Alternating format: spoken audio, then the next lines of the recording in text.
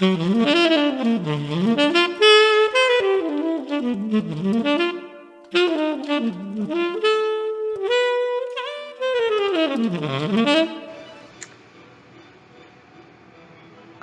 the death of 101-year-old Lawrence Ferlinghetti, the artist, publisher, and proprietor of City Lights in San Francisco, I was encouraged by my friends to think about the life I led during the Beat era in San Francisco 60 years ago. I was the wife of a fledgling modern architect determined to start his career by setting in a setting that understood and encouraged modern concepts. San Francisco was the place. From 1957 to 63, we placed ourselves there. We lived in a modern house, now iconic, in Marin County. But we examined the city very carefully first when we came in a rental opposite the zoo in Sunset District. We had at least 2 and then 3 children under 7. These were perfect family homes that we found. They were the Eichler homes that were developed by the developer Joseph Eichler and had choice of 6 different architected plans. Ours was one of them, one of the smaller ones. I called the realtor for those homes today because I couldn't believe that our $33,000 home was now worth $1 million or more. We landscaped it ourselves. We had a co-op babysitting system, which allowed us to do other things if we wished. We were raising those young children. We had been nomads from Kansas when we were in the Army, and even though we loved crab at Fisherman's Wharf, we planted ourselves in this family environment.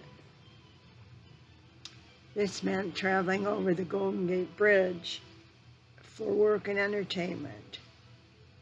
I started a unit of young audiences there, League of Women Voters, and sang in a small temple choir in San Rafael. What else did I do? While Jim was working, we lived there, and he followed my life as a poet.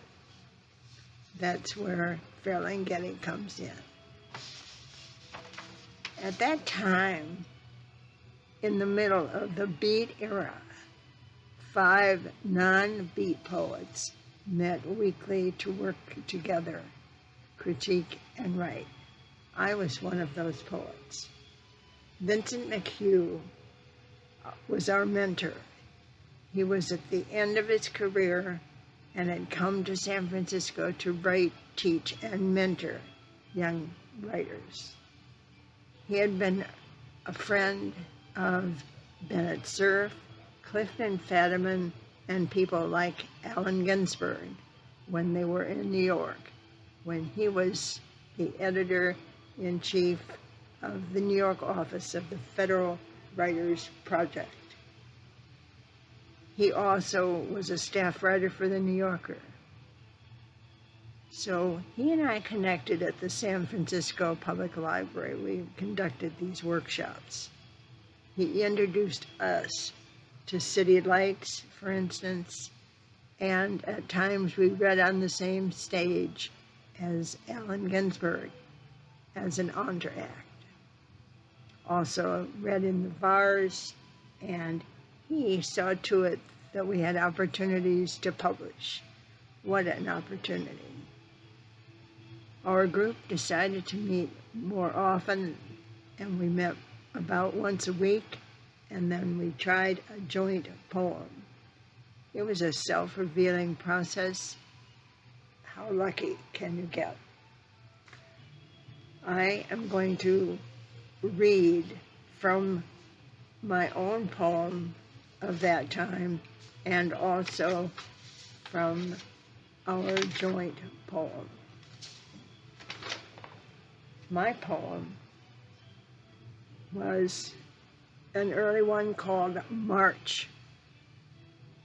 The year in the month of March drizzles sweet sour over leftover snows, moves in sidewalk streams, sloshy, steady footprints quiver in the indecision as nightlight in the rain blurs and stretches into the darkness. Spray-painted light passes through the moon. It is March. The sun starts an uneasy scan over washed over white winter. Streaks of light stretch the sky as the plumb line swings over swollen grounds. Timed bulbs burst through to score with God.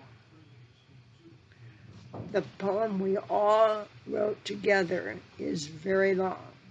It's called 50 Daughters. 50 Daughters. I will read excerpts from it. 50 daughters. These 50 daughters, and he went up to it, black gnat at the lamp. Icarus, swirling ladies, you shall find flaring, turning, gyrating, failing, falling into sea wink, his coral fire bed. Now at the year's death, these deathless glitter glass on black, blameless, a poor swash of dolphins in bright air, shriek of the sea girls. Couldn't tell one from another, 50 of them.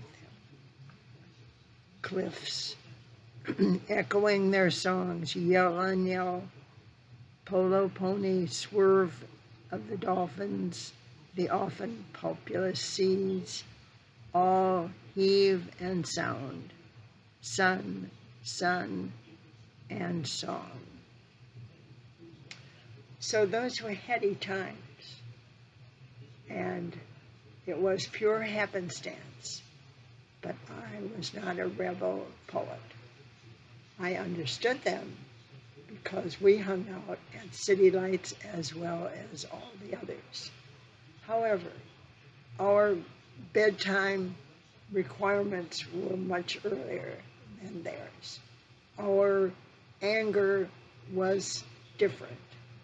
They were angry. They were angry because of the war that had just ended.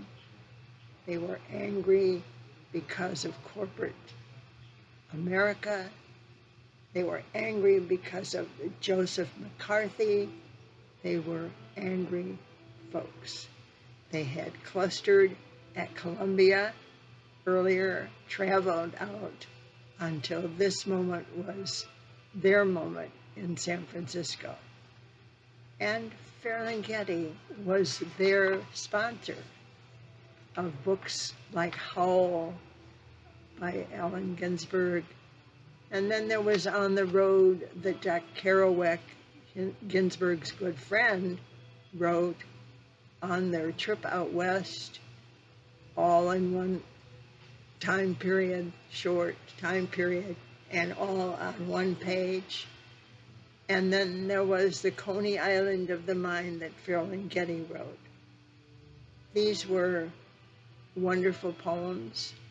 They reflected the times, and with Howl, Ferlinghetti really went to bat for that book, which was deemed to be an unpublishable text.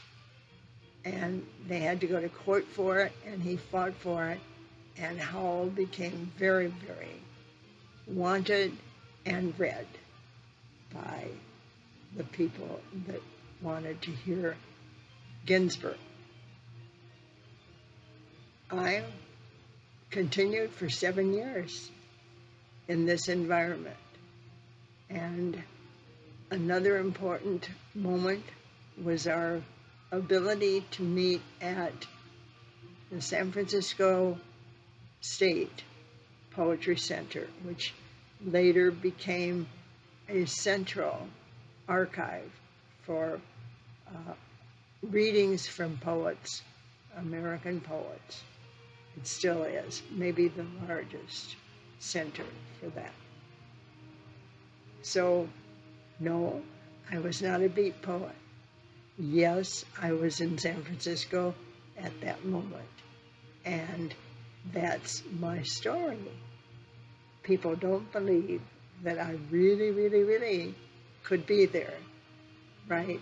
And not be one of those angry poets. I loved reflecting on it, and that's very special too. I've been writing since college. I write now, and my poetry is what I need to write about, not what the Beats wrote.